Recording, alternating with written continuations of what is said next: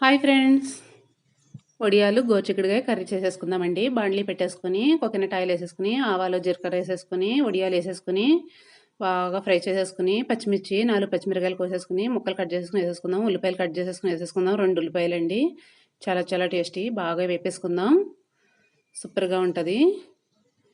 వేపేసుకున్నాక గోరుచిక్కుడుకాయలు వేసేయండి. బాగా మగ్గనివ్వండి. సూపర్గా మగ్గనివ్వండి. చాలా చాలా టేస్టీ.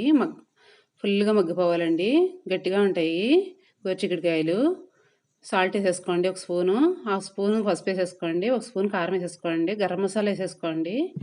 బాగా మగ్గనిచ్చేయండి. ఫుల్గా వాటర్ పోసేసుకోండి. ఫుల్గా పావు వాటర్ పోసుకోండి. బాగా ఉడికించుకోండి మెత్తగా అయ్యే వరకు. మూత తీసి చూద్దామండి. మెత్తగా ఉడికిపోయినాయి. పాలు పోసేసుకుందామండి 1 పావు. చాలా చాలా టేస్టీ సూపర్గా ఉంటుంది. బాగా దగ్గరకు ఉడకనిచ్చేసుకుందాం. చాలా చాలా టేస్టీ అండి. సూపర్గా ఉంటుంది. గులాబ్ జామున్ చేసుకుందామండి నెక్స్ట్ వీడియోలో. తప్పనిసరిగా చూడాలి.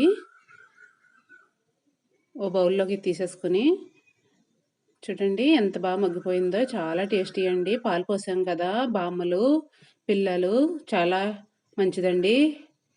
సూపర్